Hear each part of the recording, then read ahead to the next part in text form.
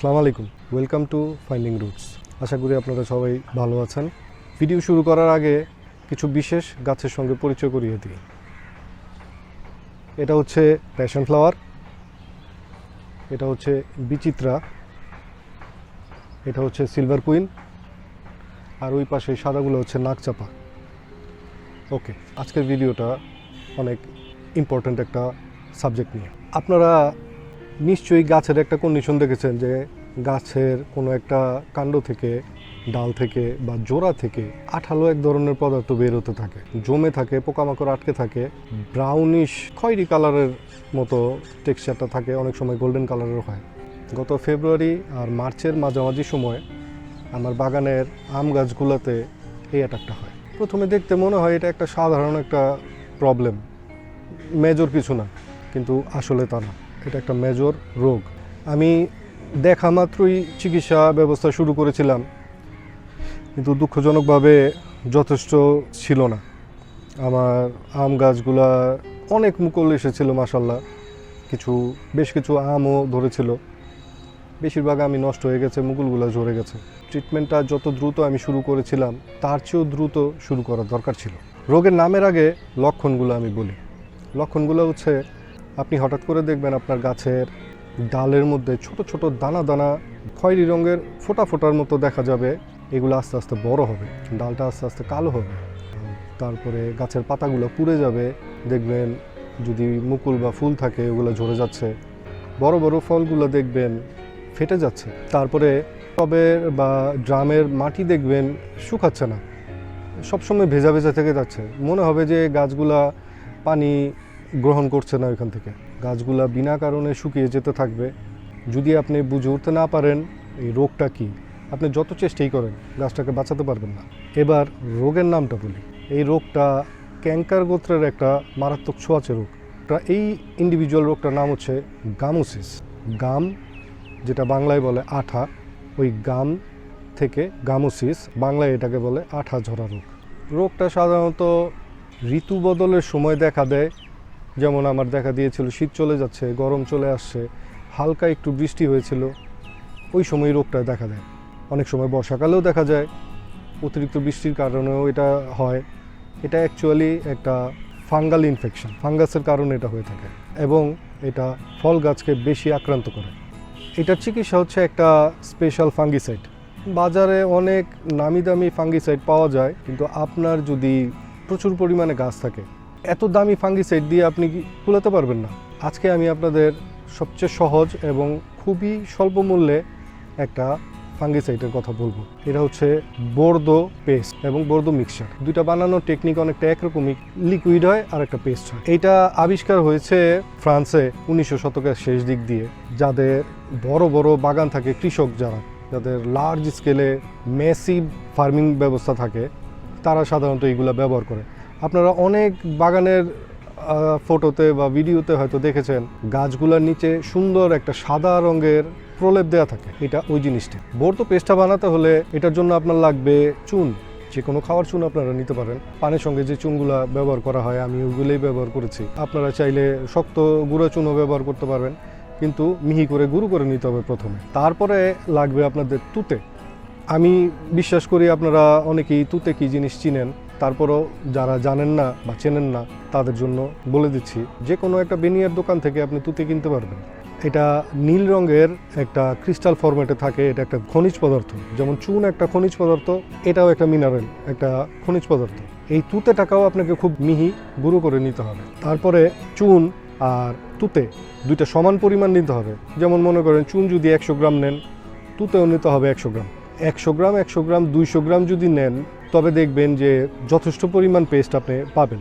তারপরে এই দুইটাকে একটা পাত্রে রেখে অল্প অল্প করে পানি দিয়ে আপনার একটা পেস্ট ফর্মেটে আনতে হবে। বেশি পানি একসাথে ঢেলে দিলে চলবে না, ওটা তখন লিকুইফাই হয়ে যাবে, ওইটা কাজ হবে না। আপনার একটা পেস্টের মতো, টুথপেস্ট যেরকম থাকে ওই রকম একটা ফর্মেট আনতে হবে, জেলির মতো অবস্থা তৈরি করতে হবে। তারপরে আপনার লাগবে একটা ছুরি। যে কোনো একটা সহজলভ্য ছুরি আপনি ব্যবহার করতে পারবেন, কিন্তু একটু ধারালো হতে হবে আর এটাকে জীবাণুমুক্ত করে নিতে হবে। আমি এখানে অ্যালকোহল প্যাড ব্যবহার করছি, আমার কাছে অ্যাভেলেবেল আছে, বাজারে খুব সস্তায় পাওয়া যায়। আপনারা যে কোনো একটা জীবাণুনাশক ব্যবহার করতে পারেন। আপনারা যে নেইল পলিশ রিমুভার যদি থাকে বাসায়, এগুলো ব্যবহার করতে পারেন। কিছুই যদি না থাকে আপনারা ছুরিটাকে একটু আগুনে ঝলসে নেবেন কিছুক্ষণ, দ্যাটস ইট। তো এই হচ্ছে আপনার অস্ত্র, এইগুলো নিয়ে আপনাকে একটা অপারেশন করতে হবে। অপারেশনটা হচ্ছে গাছের যে আক্রান্ত অংশ থেকে আঠা বের হচ্ছে, ওই আক্রান্ত অংশের আঠাগুলো প্রথমে তুলে নিতে হবে। তারপরে দেখবেন কালো একটা দাগের মতো পড়ে আছে, এই কালো দাগটা খুব সুন্দর করে সার্জারি করতে হবে, মানে চেঁচে তুলে ফেলতে হবে। যতক্ষণ পর্যন্ত কালো দাগ থাকবে ততক্ষণ পর্যন্ত আপনাকে আস্তে আস্তে পিল করতে হবে, যতক্ষণ না গাছের সাদা এবং স্বাস্থ্যবান অংশ বের হয়ে আসে। ইভেনচুয়ালি এটা বের হয়ে আসবে, যতটুকু ডিপ হোক আপনারা এর চেয়ে একটু বেশি ডিপ করবেন, একটু বেশি ছড়িয়ে জায়গাটা নেবেন। চিন্তা করবেন মানুষের গায়ে একটা অপারেশনের সময় ডাক্তার যেভাবে যত্ন করে কাজটা করে আপনারা ওইভাবে করার চেষ্টা করবেন। চেঁচে ফেলার পরে ওই পেস্টটা একটা পুরনো রঙের ব্রাশ বা তুলি, একটা টুথব্রাশ বা কটন ব্রাড, যেটা আপনার হাতের কাছে আছে, ওটা দিয়ে খুব সুন্দর করে এটাকে মলমের মতো লাগিয়ে দিতে হবে। এটা করতে হবে যে যে জায়গায় হয়েছে প্রতিটা জায়গায়, কোনো একটা জায়গা মিস করে দেওয়া যাবে না। এই ঔষধ দিয়েই এটাকে ডিস্ট্রয় করতে হবে, কোনো ব্যান্ডেজের প্রয়োজন নাই, জাস্ট এইভাবে রেখে দিবেন। এটা হচ্ছে পেস্টের ব্যবহার। এবার আসি মিক্সটা কিভাবে, বর্দো মিক্স তরলটা কিভাবে ব্যবহার করব। তরলটা ব্যবহার করার জন্য 10 গ্রাম তুতে গুঁড়ো নেবেন, 1 লিটার পানিতে দিবেন, মেশাবেন। 10 গ্রাম চুন নেবেন, ডিফারেন্ট আর একটা 1 লিটারের বোতলে মেশাবেন। ওভারনাইট একটা ঠান্ডা জায়গায় রেখে দেবেন, ক্যাপগুলো খুলে ফেলে রাখবেন, যেন এটা গ্যাস তৈরি হবে, গ্যাসটা যেন ভেপর হয়ে যায়, গ্যাসটা যেন উড়ে যায়, গ্যাসটা যেন না থাকে। দুইটাকে একসঙ্গে মিক্স করলে চলবে না, তার কারণ হচ্ছে চুন একটা ক্ষারীয় পদার্থ, অ্যাসিটিক। এইটা তুতেটাকে সারা রাত খেতে থাকবে, তখন ঔষধটা আর তৈরি হবে না। ব্যবহার করে ফেলতে হবে, যেহেতু সাথে সাথে রেখে দেন তো সারা রাতে দেখা যাবে এটা কার্যগুণ নষ্ট হয়ে যাচ্ছে। গতকালকের মিশিয়ে দেওয়া চুনের পানি, এটা হচ্ছে তুতের পানি, দুটো আলাদা আলাদা বোতলে ছিল। সারা রাত ক্যাপ খোলা অবস্থায় ছিল, এখন একটু আমি ক্যাপ লাগিয়ে ঝাঁকিয়ে নিব। তারপরে 1 লিটার এটা আমি এখানে 20 লিটারের একটা বালতিতে 20 লিটার পানি আছে, এটার সাথে মেশাবো। ছেঁকে নিতে হবে, তার কারণ কিছু বড় বড় দানা থাকতে পারে। এটা থেকে যাবেই কিছুটা। এবার তুতে পানিটার দেখি কি অবস্থা।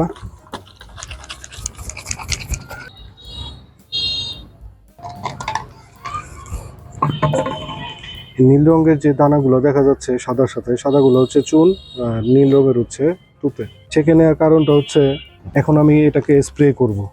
স্প্রে করার সময় স্প্রে নজলটা যেন নষ্ট না হয়ে যায়, ব্লক না হয়ে যায়, এই জন্য আমি ছেঁকে নিলাম। মেজারমেন্টটা আবার বলে দেই, 1 লিটার পানিতে 10 গ্রাম চুন, 1 লিটার পানিতে 10 গ্রাম তুতে, তারপরে এই 2 লিটার 20 লিটার পানি, টোটাল হলো 22 লিটার। এই মেজারমেন্টে সব গাছে আমি এখন স্প্রে করে দেব। শুধু যেই জায়গায় আপনি পেস্ট লাগিয়েছেন ওই জায়গাটা এড়িয়ে গেলেও চলবে, তার কারণ এখানে পেস্ট লাগানো আছে, পানি লাগলে ওটা ধুয়ে যেতে পারে। গাছের পাতায় দিয়ে দিবেন, তার কারণ এই গামোসিসের জীবাণু অলরেডি গাছে ছড়িয়ে যাওয়া শুরু করেছে। এটাকে চতুর্দিক থেকে অ্যাটাক করে শেষ করতে হবে। ফয়েল স্প্রে করে গাছটাকে একদম ভালোভাবে গোসল করে দিবেন, উপরে নিচে কোনো জায়গায় যেন বাদ না থাকে। এই বর্দো মিক্সটা আপনি এই সেম ফর্মুলায় আরও লার্জ আকারে তৈরি করে আপনি ওই গাছের গোড়ায়ও দিয়ে দিতে পারেন। গাছের গোড়ায়ও যদি কোনো ফাঙ্গাস থাকে ওইগুলোও মরে যাবে। এটা অ্যাপ্লাই করার 3-4 দিন পর একটা মিক্স ফার্টিলাইজার দিবেন মাটিতে, যেমন 1 মুঠ শিংকুচি, 1 মুঠ নিমখোল, 1 মুঠ হাড় গুঁড়া, 1 মুঠ ভার্মি কম্পোস্ট, এই 4টাকে একসঙ্গে মিক্স করে আক্রান্ত গাছের গোড়াগুলো দিয়ে দেন, তার কারণ গাছটার এই সময় পুষ্টিকর খাদ্য দরকার। পাশাপাশি NPKS একটা ডোজ দিতে হবে। NPKS ডোজের ক্ষেত্রে আমি বলবো আপনাদের ভিটামিক্স ব্যবহার করতে। এটা কোনো পাবলিসিটি না, এটা আমি ব্যবহার করে খুব উপকার পেয়েছি, এই জন্য আমি বলছি এটা ACI কোম্পানির NPKS, এটা খুব উন্নত মানের। এটাকে আপনার 2 গ্রাম নিয়ে 2 লিটার পানিতে মিশিয়ে তারপর গাছে স্প্রে করে দিতে হবে। এবার একটু সতর্কতার কথা বলি, এটা ব্যবহার করার সময় এই দুইটাই ব্যবহার করার সময় চেষ্টা করবেন চোখে নাকে মুখে যেন না লাগে, কোনোভাবে যেন ইনহেল না হয়ে যায়। বাতাসের উল্টো দিকে দাঁড়িয়ে আপনি কাজটা করবেন। ব্যবহার করতে হবে বিকেলবেলা। রোদের ভিতরে ব্যবহার করা হলে গাছের জন্য ক্ষতিকর হয়ে যাবে। এটা খুব হাই ডোজের একটা ঔষধ। যখন ঠান্ডা আবহাওয়া থাকবে ওই সময় এটা ব্যবহার করবেন। পেস্টটা অ্যাপ্লাই করার 4-5 ঘন্টার ভিতরে যদি বৃষ্টি হয় আবার নতুন করে অ্যাপ্লাই করতে হবে। অপারেশনটা করার 4-5 দিনের মধ্যে যদি দেখেন আবারও গাম বের হচ্ছে, বুঝতে হবে অপারেশনটা সাকসেসফুল হয়নি, আরেকবার করতে হবে। এভাবে কাজ করতে পারলে 15 দিনের মধ্যেই আপনি একটা ভালো রেজাল্ট পাবেন। গামোসিসের এটাই হচ্ছে সবচেয়ে সহজ চিকিৎসা। এক্সপার্ট অনেকের কাছে আরও ভালো বুদ্ধি থাকতে পারে, বাট আমি এটা করেই খুব ভালো রেজাল্ট পেয়েছি। এটা লেস এক্সপেন্সিভ, খুব সস্তা। 50 টাকার তুতে আর 20 টাকার চুন যদি আপনি কিনেন, দেখা যাবে আপনি 200-300 গাছের মধ্যে স্প্রে করতে পারছেন, অ্যাপ্লাই করতে পারছেন। বেশিরভাগ ফল গাছেই এটা আক্রান্ত হয়, কিন্তু এটা পছন্দ করে লেবু গাছকে বেশি। আমি একটু অবাক হয়েছি আমার লেবু গাছে কেন এটা অ্যাটাক করলো না। আমার প্রচুর লেবু গাছ আছে, কিন্তু আমার শুধু আম গাছে এটা অ্যাটাক করেছে, লেবু গাছে অ্যাটাক করেনি। হতে পারে অ্যাটাক করার 2-3 দিনের মধ্যেই আমার চোখের পড়েছে এবং সাথে সাথেই আমি অ্যাকশন নিয়েছি। যদিও আমি ফুল ফলগুলো বাঁচাতে পারিনি, কিন্তু আমার গাছগুলো এখনও ভালো অবস্থায় আছে। আমি actually prevention is better than কিওরে বিশ্বাস করি। মানে হচ্ছে রোগ মুক্তি চেয়ে রোগ যেন না হয় সেইটার সতর্কতা অবলম্বন করা, আমি এটাতেই বিশ্বাসী। তো আপনি এটার প্রিভেন্ট কিভাবে করতে পারেন, এটার প্রিকশন কি কি নিতে পারেন আমি আপনাদের বলি। সবচেয়ে গুরুত্বপূর্ণ একটা প্রিভেনশনের কথা আমি বলি, সেটা হচ্ছে অ্যাসিড বৃষ্টি।